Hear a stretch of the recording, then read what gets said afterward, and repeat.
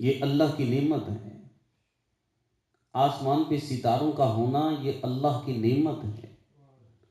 صحراؤں کا نظام یہ اللہ کی نعمت ہے.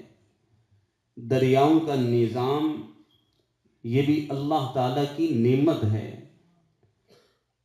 اور ہمارا ہر سانس یہ بھی اللہ تعالیٰ کی نعمت ہے. اور قرآن مجید میں اللہ کریم نے فرمایا وَإِن تَعُدُّوا نِعْمَتَ اللَّهِ لَا تُحْصُوهَا. اے میرے بندو، اگر تم میری نعمتوں کو شمار کرنا چاہو تو نہیں کر سکتے ہیں. اگر رب کی نعمتوں کو گننا چاہو نہیں گن سکتے. اگر ان کا احاطہ کرنا چاہو تو نہیں کر سکتے. اللہ کریم نے اتنی نعمتیں دیں فرمایا کہ اگر ان کی تعداد کو شمار کرنا چاہو تو نہیں کر سکتے. آنکھ عطا فرمائی، زبان عطا فرمائی، ہاتھ عطا فرمائے، کان عطا فرمائے. اتنی نعمتیں دی کہ زبان کی نعمت کے بارے میں علماء لکھتے ہیں کہ زبان پہ ہر وقت تری رہتی ہے. یہ زبان تر رہتی ہے، اور اگر اس پہ تری نہ ہوتی تو یہ زبان سوکھ کر کانٹے کی طرح ہو جاتی، اور جب بھی آدمی بولنے لگتا اس کا منہ اندر سے زخمی ہو جاتا. اللہ تعالیٰ کی نعمت دیکھیے کہ زبان پہ تری عطا فرمائی، اور اس زبان کی تری کی وجہ سے اللہ نے انسان کو زخمی ہونے سے بچا لیا. یہ نعمتیں عطا فرمائی، اور اتنی نعمتیں عطا کر کے کہیں بھی اپنا احسان نہیں جتایا. لیکن جب اللہ نے اپنے محبوب پاک صلی اللہ تعالی علیہ وآلہ وسلم کی آمد پاک فرمائی تو ارشاد فرمایا لقد من اللہ علی المؤمنین اذ بعث فیہم رسولا. اللہ نے ایمان والوں پر یہ احسان کیا ہے کہ ایمان والوں کو اپنا محبوب عطا فرمایا ہے. اتنی نعمتیں دی، یہ نہیں فرمایا کہ اللہ نے احسان کیا تم پہ. لیکن جب محبوب پاک صلی اللہ تعالی علیہ وسلم تشریف لائے تو فرمایا کہ اللہ نے تم پہ احسان کیا ہے. من اللہ کا معنی ہے اللہ کا احسان کرنا ہے. یہ اللہ نے تمہیں نعمت دی، یہ احسان فرمایا ہے. اور قرآن مجید میں اللہ کریم نے ارشاد فرمایا یا ایھا المدثر قم فانذر وربک فکبر وثیابک فطہر. اے چادر کو اوڑھنے والے اٹھیے، اپنے رب کے ڈر کو سنائیے. لفظ مدثر اس کا عربی میں یہ دثر یدثر تدثیر سے نکلا ہے، اور اس کا معنی ہے کہ تیز ہواؤں کا چلنا، تیز آندھیوں کا چلنا، اور پرندے کے گھونسلے کا اجڑ جانا. تیز ہوا چلی، اور تیز ہوا کے چلنے کی وجہ سے پرندے کا گھونسلہ ٹوٹ گیا، اور اس کا گھونسلہ بکھر گیا. تیز ہواؤں کے چلنے کی وجہ سے پرندے کا گھونسلہ تباہ ہو گیا، اور پرندہ پھر اٹھا اور ایک ایک تنکا اٹھانے لگا، ایک ایک پتا اٹھانے لگا، اور ایک ایک تنکے کو اٹھا کر اس نے اثر نو پھر سے اپنے گھونسلے کو تعمیر کیا. اسے عربی زبان میں تدثیر کہتے ہیں. تو اللہ کریم نے ساری انسانیت کو ایک گھونسلے کے ساتھ تشبیہ دی. فرمایا محبوب صلی اللہ علیہ وسلم انسانیت کا وہ گھونسلہ کہ جسے حضرت آدم سے لے کر حضرت عیسیٰ تک اللہ کے تمام انبیاء اسے آباد کرتے رہے. اللہ کے تمام انبیاء اس کی ہدایت کے لیے تشریف لاتے رہے، اور حضرت عیسیٰ سے لے کر اے محبوب صلی اللہ علیہ وسلم آپ کے زمانے تک شرک کی آندھیاں چلی، ظلمت کی آندھیاں چلی، اور یہ انسانیت جسے تمام انبیاء سدھارتے رہے تو یہ انسانیت تباہ ہو چکی ہے. تو یا ایھا المدثر قم فانذر وربک فکبر وثیابک فطہر. تو محبوب آپ اٹھیے، اور پھر سے انسانیت کو آباد فرما دیجیے، اس انسانیت کو سدھار دیجیے۔ سرکار علیہ الصلوۃ والسلام نے پھر اعلان نبوت فرمایا، اور سرکار کا اعلان نبوت فرمانا تھا کہ دنیا کے کونے کونے میں یہ خبریں پہنچ گئی کہ مکے میں کسی نے نبوت کا دعویٰ کیا ہے، نبوت کا اعلان کیا ہے، کیونکہ یہ لوگوں کے لیے ایک نئی بات تھی۔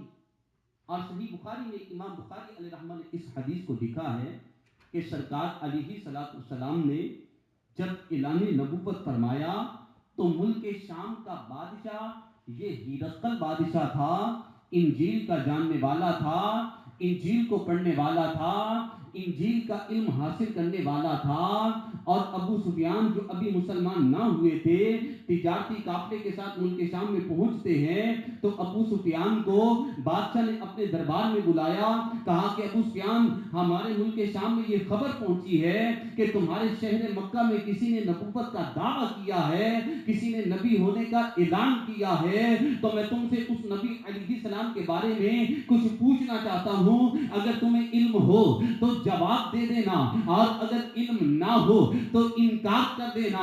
عیسائیوں کا بادشاہ ہے، اور ابو سفیان سے کہنے لگا قال کیف نسبہ فیکم، ابو سفیان یہ بتاؤ کہ جنہوں نے مکے میں نبوت کا اعلان کیا ہے ان کا خاندان کیسا خاندان ہے؟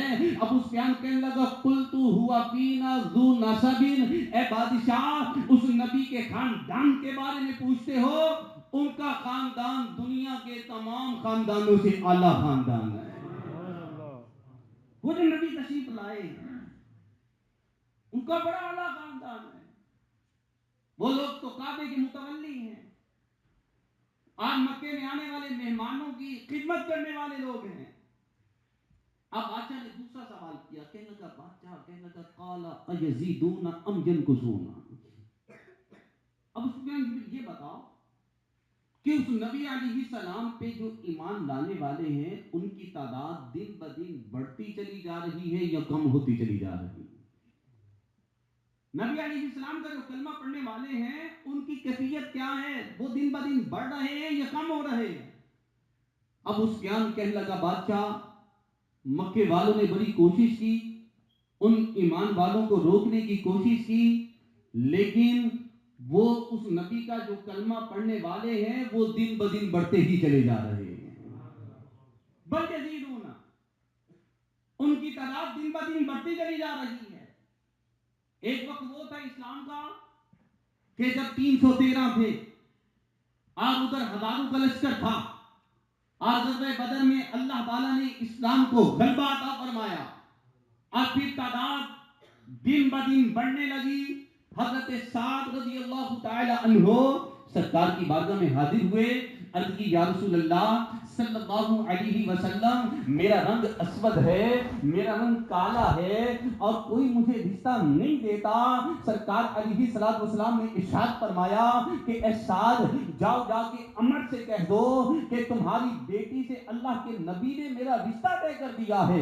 حضرت سعد رضی اللہ تعالی عنہ حضرت عمر کے دروازے پہ تشریف لاتے ہیں، دروازے پہ آ کے دستک دیتے ہیں، حضرت عمر نے دروازہ کھولا ہے، حضرت سعد کہتے ہیں کہ اللہ کے نبی نے علیہ السلام نے تمہاری بیٹی سے میرا رشتہ طے کر دیا۔ حضرت عمر نے کہا تم اسود ہو، کالے رنگ کے ہو، میں یہ رشتہ قبول نہیں کرتا، دروازہ بند کیا، اندر آ گئے۔ آپ کی بیٹی بھی صحابیہ تھی، عاشق رسول تھی، سرکار کی عاشقہ تھی، کہنے لگے ابا حضور آنے والا کون تھا؟ حضرت عمر کہنے لگے کہ آنے والا سعد تھا، اور کہہ رہا تھا کہ اللہ کے نبی نے تمہاری بیٹی سے میرا رشتہ طے کر دیا، میں نے ان کو واپس کر دیا ہے۔ تو سرکار علیہ الصلوۃ والسلام سے محبت کرنے والی آپ کی بیٹی یہ کہنے لگی کہ ابا حضور یہ نہ دیکھو کہ آنے والا کون ہے، یہ دیکھو کہ بیچنے والا کون ہے۔ اللہ کے نبی نے بھیجا ہے، اور سرکار نے مجھے اپنی بیٹی سمجھا ہے۔ میں کتنی خوش نصیبہ ہوں کہ کوئی کسی کا رشتہ طے نہیں کرتا، اللہ کے نبی نے میرا رشتہ طے کیا ہے۔ ابا حضور جلدی جائیے، جا کے سرکار کی بارگاہ میں جا کے معافی مانگیے اور جا کے کہیے ہمیں یہ رشتہ قبول ہے۔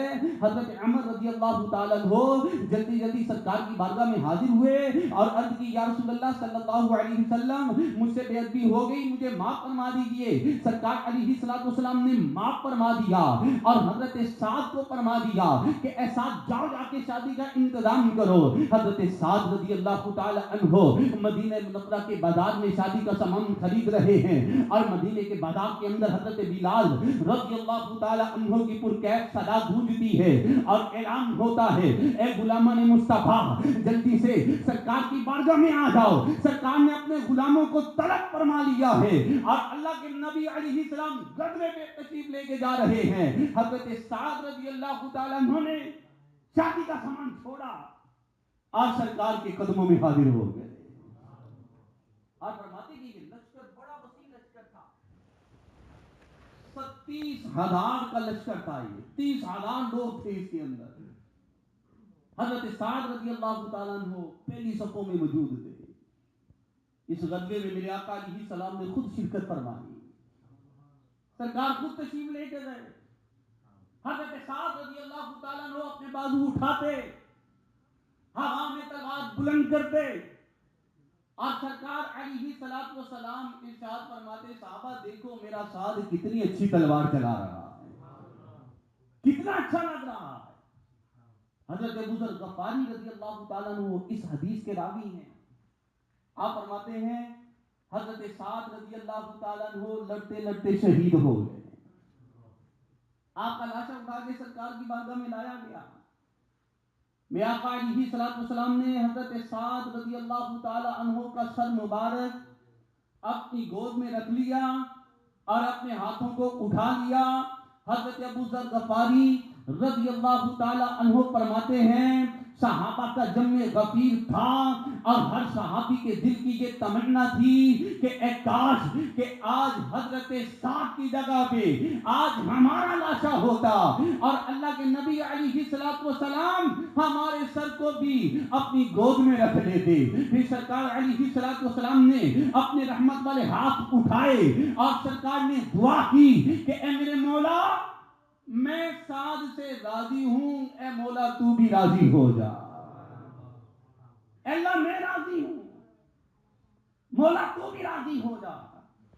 حضرت بابا فرید رحمۃ اللہ علیہ کہتے ہیں کہ پچھلے وقت تو پڑھے نمازاں تینوں لوگ کی آنکھن نمازی، حج کر کے جد واپس آئیوں تینوں لوگ کی آنکھن حاجی، چر انصاف دی کرسی گیوں تینوں لوگ کی آنکھن قاضی، بلے شاہ تو ککھ نہیں کٹیا جے تو یار نہ کیتا راضی۔ بلے شاہ تو ککھ نہیں کھٹیا اور جے تو یار نہ کیتا راضی۔ اب یہ بادشاہ پوچھ رہا ہے کہ ابو سفیان بتاؤ ان کی تعداد کتنی ہے، دن بہ دن بڑھ رہے ہیں یہ کم ہو رہے ہیں؟ ابو سفیان کہنے لگا بل یزیدون، بادشاہ وہ دن بہ دن بڑھتے ہی چلے جا رہے ہیں۔ اب عیسائیوں کا بادشاہ ہے، کہنے لگا قال فاشرف الناس اتبعوه ام ضعفاؤهم۔ تو ابو سفیان پھر یہ بتاؤ کہ اس نبی علیہ السلام کا جو کلمہ پڑھنے والے ہیں، اس نبی سے جو محبت کرنے والے ہیں، اس نبی سے جو پیار کرنے والے ہیں، اس نبی علیہ السلام سے جو عشق کرنے والے ہیں، ان کی مالی کیفیت کیسی ہے؟ وہ امیر ہیں یا غریب؟ ان کی حالت کیسی ہے؟ بادشاہ کو ابو سفیان کہنے لگا بل ضعفاؤہم، بادشاہ وہ جو ایمان والے ہیں وہ تو بڑے غریب لوگ ہیں، وہ تو ایسے لوگ ہیں کہ جو درختوں کے پتے کھا کر اپنا گزارا کر لیا کرتے ہیں۔ ابتدائی اسلام میں میرے میٹھے اسلامی بھائیوں، ابتدائی اسلام میں 3 سال ایسے گزرے ہیں اسلام پر کہ صحابہ اکرام علیہم رضوان درختوں کے پتے کھا لیتے، پانی پی کے اپنا گزارا کر لیا کرتے تھے۔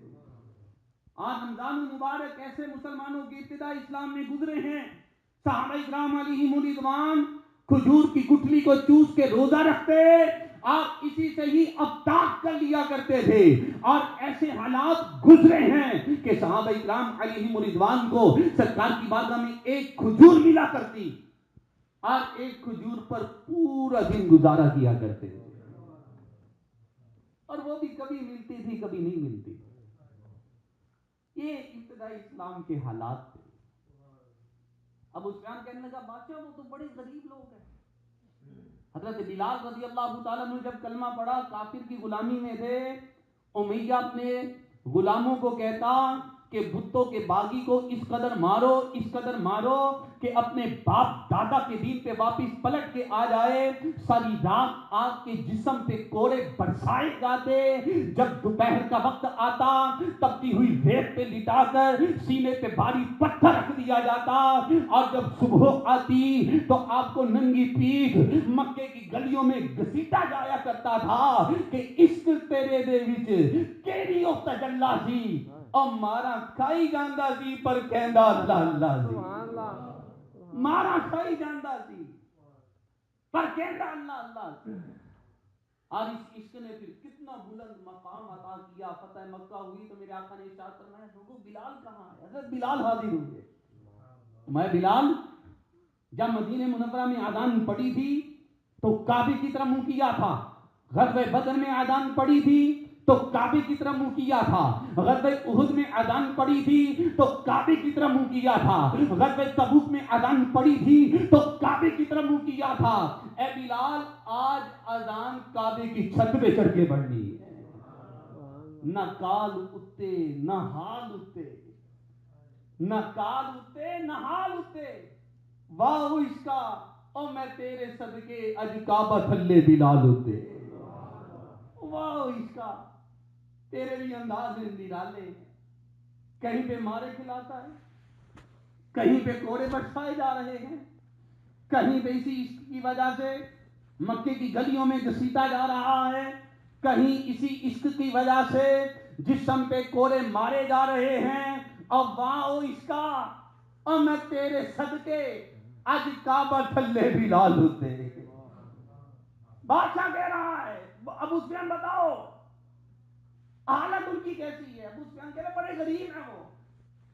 حضرت زنیرہ رضی اللہ تعالی عنہا ان خواتین میں سے ہیں کہ جنہوں نے ابتدائی اسلام میں کلمہ پڑھ لیا تھا. اور علماء کرام نے لکھا کہ آپ پر 4 امتحان آئے. پہلا امتحان تو یہ تھا کہ عورت کی ذات تھی. الرجال قوامون علی النساء کہ مرد قوی ہے مرد طاقت والا ہے مرد ہے جو اس کو عورتوں پہ فوقیت حاصل ہے. پہلا امتحان تو آپ کا یہ تھا کہ عورت کی ذات تھی. اور دوسرا امتحان یہ تھا کہ کافر کی غلامی کے اندر تھی اور غیر مسلم کی غلامی کے اندر تھی. آزاد ہے جو وہ قوی ہے اور غلام ہے جو وہ کمزور ہے. اور تیسرا امتحان آپ کا یہ تھا کہ ضعیف العمر ہو چکی تھی بڑھاپے کو پہنچ چکی تھی. چونکہ بڑھاپے میں بندہ کمزور ہو جاتا ہے اور جوانی میں بندہ طاقت والا ہوتا ہے. اور چوتھا امتحان یہ تھا کہ آنکھوں سے نبینا آنکھیں نہ تھی. اور آپ ان خواتین میں سے ہیں کہ اسلام لانے سے قبل حضرت عمر فاروق رضی اللہ تعالی عنہ نے آپ کو کوڑے مارے تھے. کوڑے برسائے گئے تھے آپ کے جسم پہ.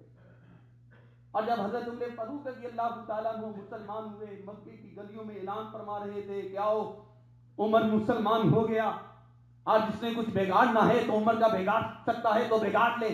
آپ اعلان فرما رہے تھے. آپ اپنی کھڑکی میں کھڑی تھی. حضرت عمر فاروق کا جب اعلان سنا سجدے میں گر گئیں اور سجدے میں دعا کرنے لگی مولا تیرا شکر ہے کہ تو نے اسلام کو عزت عطا فرما دی ہے اسلام کو قوی فرما دیا ہے مولا. آپ ان خواتین میں سے ہیں. اور آپ کی سیرت میں لکھا ہے کہ ساری رات آقا کوڑے مارتا جسم پہ مار کھایا کرتی تھی اور ساری رات ظلم کو برداشت کیا کرتی تھی. ایک رات ایسی آئی کہ آقا کوڑے مارتے مارتے تھک گیا اور پھر وہی کوڑا آپ کے گلے میں باندھا اور اس قدر کھینچا کہ آپ کی مبارک آنکھیں رخسار پہ بہ گئی. تو آقا نے تانا دیا کہ اے زنیرہ سارا دن تو نبی نبی پکارا کرتی ہے سارا دن اپنے خدا کو پکارا کرتی ہے. اگر تیری محبت سچی ہے تو پھر پکار اپنے نبی کو کہ تیری آنکھیں تجھے واپس عطا کر دیں. اعلیٰ حضرت لکھتے ہیں کہ فریاد امتی جو کرے حال ظالم میں اور ممکن نہیں کہ خیر البشر کو خبر نہ ہو. ہم یہاں سے پکارے وہ مدینے سنے. مصطفیٰ کی سماعت پہ لاکھوں سلام. آقا نے تانا دیا ہے تیری محبت سچی ہے تو پھر پکار, پھر بلا اپنے نبی علیہ السلام کو, بلا کہ تیری مدد کریں, آج تمہیں آنکھیں دے دیں. آقا نے تانا دیا. حضرت زنیرہ رضی اللہ تعالی عنہ نے اپنے ہاتھ اٹھائے اور عرض کی میرے مولا میرے ہاتھ کٹ جاتے, کبھی ان کی سلامتی کی دعا نہ کرتی. مولا میرے کان کٹ جاتے, کبھی ان کی درستگی کی دعا نہ کرتی. اے اللہ میری ناک کٹ جاتی, کبھی اس کی سلامتی کی دعا نہ کرتی. میرے پاؤں کٹ جاتے, کبھی ان کی درستگی کی دعا نہ کرتی.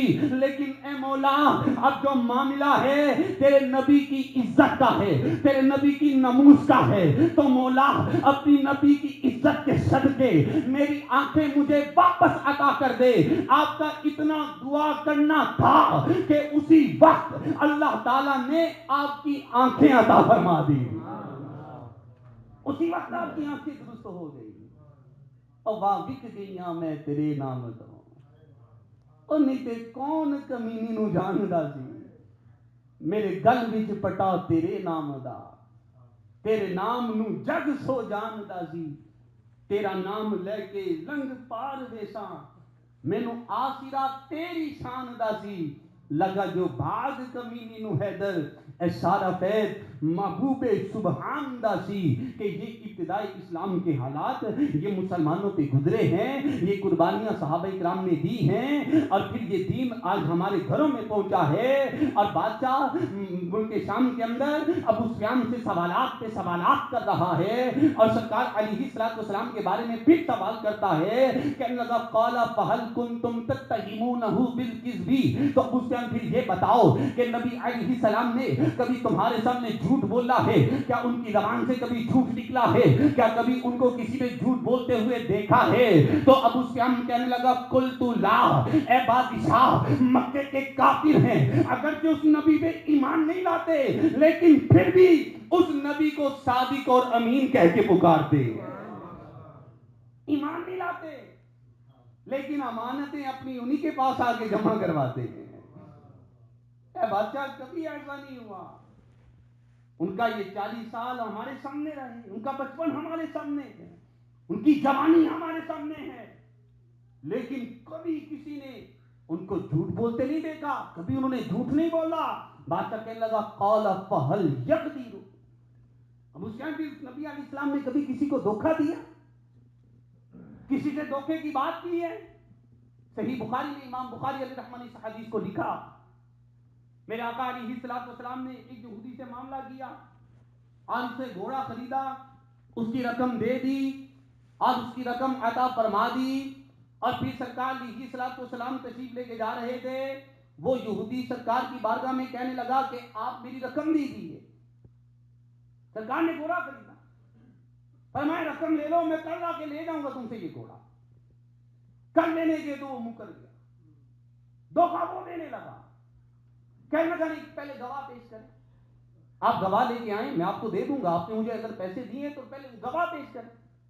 سرکار کے غلام حضرت خزیمہ رضی اللہ تعالیٰ عنہ آپ کا اچانک گزر ہوا, اور آپ نے سنا کہ سرکار فرما رہے ہیں کہ کل میں نے تمہیں رقم دے دی تھی. یہودی کہنے لگا کہ آپ نے مجھے رقم نہیں دی. سرکار فرما رہے ہیں میں نے تمہیں رقم دے دی تھی, اور یہودی کہنے لگا کہ رقم دی تھی تو پھر گواہ پیش کیجئے. حضرت خزیمہ رضی اللہ تعالیٰ عنہ آپ آگے بڑھے, فرمانے لگے یہودی میں یہ گواہی دیتا ہوں کہ میرے نبی علیہ السلام نے تمہیں رقم ادا کر دی تھی. یہودی نے وہ گھوڑا سرکار کو دے دیا. سرکار علیہ السلام حضرت خزیمہ رضی اللہ تعالیٰ عنہ کے ساتھ چلنے لگے. اللہ کے نبی علیہ السلام نے ارشاد فرمایا کہ خزیمہ جب میرے اور یہودی کے مابین معاملہ ہوا تھا, جب بیع ہوئی تھی اور اس وقت تم تو موجود نہ تھے, پھر تم نے گواہی کیوں دی ہے؟ حضرت خزیمہ رضی اللہ تعالیٰ عنہ عرض کرنے لگے فدا قومی امی بابی یا رسول اللہ, یا رسول اللہ ہمارے ماں باپ آپ پہ قربان.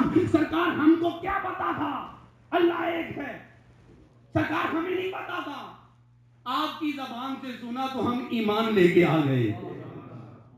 سرکار آپ نے کہا کہ میں اللہ کا رسول ہوں, ہم ایمان لے کے آ گئے. آپ نے ہمیں قرآن سنایا, آپ نے ہمیں فرمایا کہ یہ رب کا قرآن ہے, ہم ایمان لے آئے.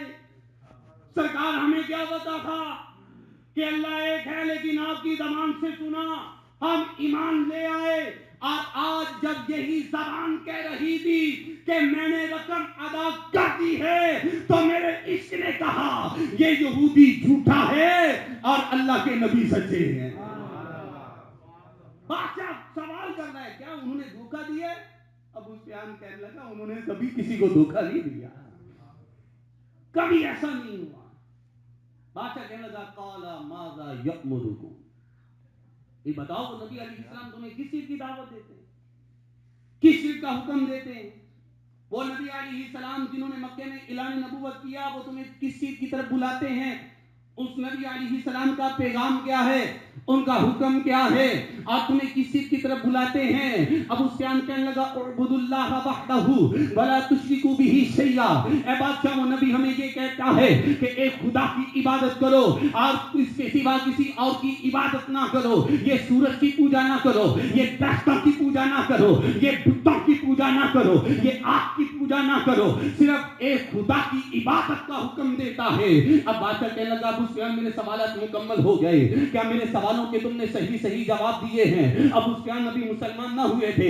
کہنے لگے بادشاہ مجھے لات و عزا کی قسم میں نے تمہارے سارے سوالوں کے صحیح جواب دیے ہیں. تو ابو سفیان کو بادشاہ کہنے لگا کہ اے ابو سفیان یہ سن لے کہ میں انجیل کا جاننے والا ہوں, میں انجیل کا پڑھنے والا ہوں, اور میں نے انجیل کے علم کے لیے بڑے دور کے سفر کیے ہیں, اور انجیل کے اندر میں نے نبی آخر الزمان کی یہ نشانی پڑھی ہے کہ جب وہ دنیا میں تشریف لائیں گے تو ان کا خاندان دنیا کے تمام خاندانوں سے اعلیٰ ہوگا.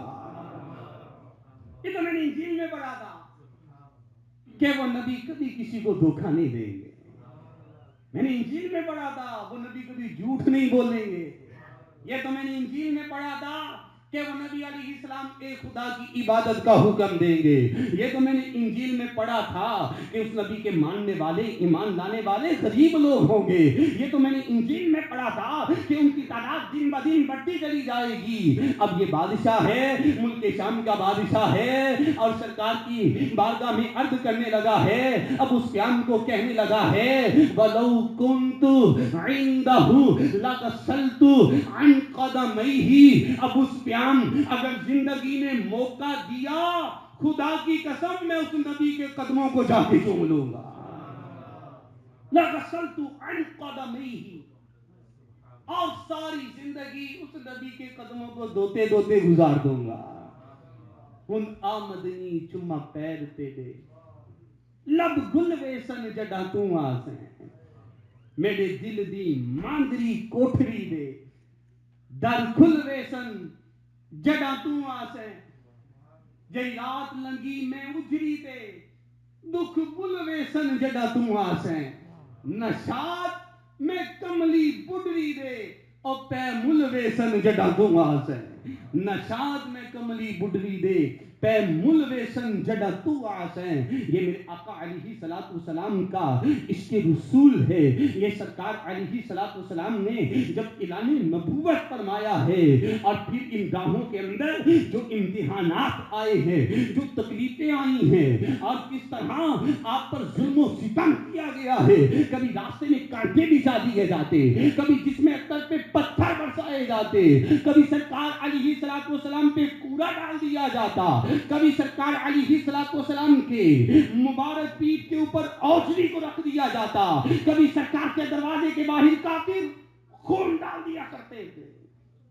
اور اللہ کے حبیب علیہ السلام ارشاد فرماتے ہیں کہ دین کی راہوں میں جتنا مجھے ستایا گیا اتنا کسی کو نہیں ستایا گیا, اتنا کسی نبی علیہ السلام کو نہیں ستایا گیا. اے میرے میٹھے میٹھے اسلامی بھائیوں, یہ دین مکہ اور مدینہ پاک سے شروع ہوا, اور پھر ساری دنیا میں یہ دین اسلام پھیلا, یہ دین اسلام پہنچا, اور اس دین کی خاطر لے آقا علیہ السلام نے قربانیاں پیش کی.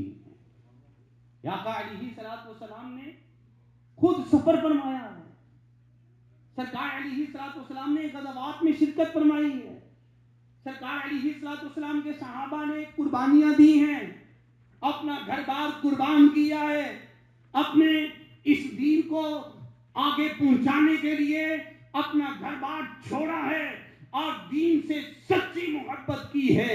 حضرت عمر فاروق رضی اللہ تعالی عنہ کی بارگاہ میں حضرت حباب رضی اللہ تعالی عنہ حاضر تھے کہ ہوا چلتی ہے اور اچانک ہوا چلنے کی وجہ سے حضرت حباب رضی اللہ تعالی عنہ کی قمیص اٹھتی ہے اور پیٹھ کے اوپر سفید نشان نظر آتے ہیں. حضرت عمر فاروق رضی اللہ تعالی عنہ فرمانے لگے اے حباب یہ سفید نشان تمہاری پیٹھ پہ کس چیز کے ہیں؟ حضرت حباب رضی اللہ تعالی عنہ کہنے لگے یا امیر المومنین یہ اس دن کی بات ہے کہ جب آپ بھی ننگی تلوار لیے مکے کی گلیوں میں سرکار کو شہید کرنے کے ناپاک ارادے سے گھوم رہے تھے.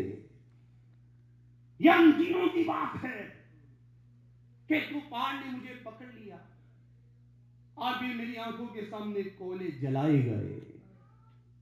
تپتے ہوئے کوئلوں پہ مجھے لٹایا گیا. میرا جسم جلنے لگا. یا امیر المومنین یہ میری پیٹھ جلی, میرا جسم جلا, میرا گوشت جلا اور پھر اس کے اندر سے جب پانی نکلا اور وہ کوئلے تو بجھ گئے لیکن کافروں کی ظلم کی آگ نہ بجھی تھی. یہ وہ نشان ہے میری پیٹھ پر. اے میرے میٹھے اسلامی بھائیوں, آؤ سوال کرو اپنے آپ سے, ہم نے دین کو آج کیا پیش کیا ہے؟ آج ہم نے دین کی خاطر کیا کیا؟ ہم مسلمانوں کے گھروں میں پیدا ہوئے, اذان ہوئی, مسلمان ہو گئے.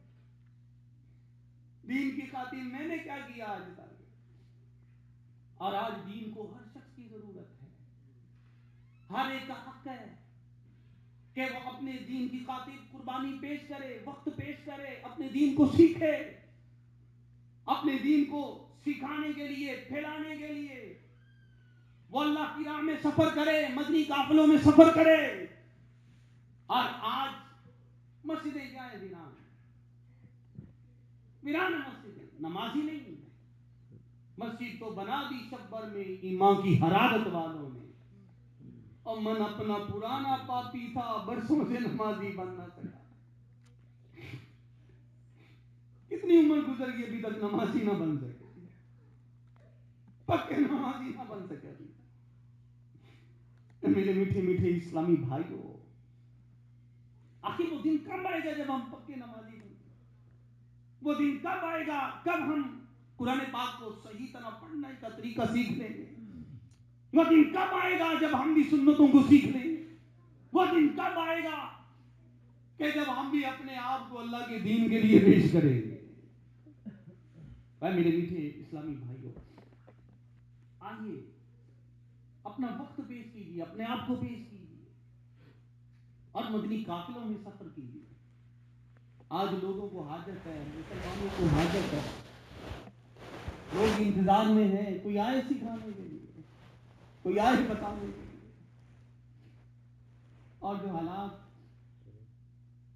یہاں آپ کے بالخصوصی علاقوں میں بہت بہت زیادہ ضرورت ہے ایمان والوں کی, دین سمجھنے والوں کی, دین پہ عمل کرنے والوں کی, آگے پہنچانے والوں کی حاجت. پاکستان میں بھی ہے, پاکستان میں بھی کوئی ایسا نہیں کہ ساری پورے علاقے سب نمازی, ایسا نہیں ہے. وہاں پر بھی یہ کہ 100 میں سے 5 نمازی ہیں.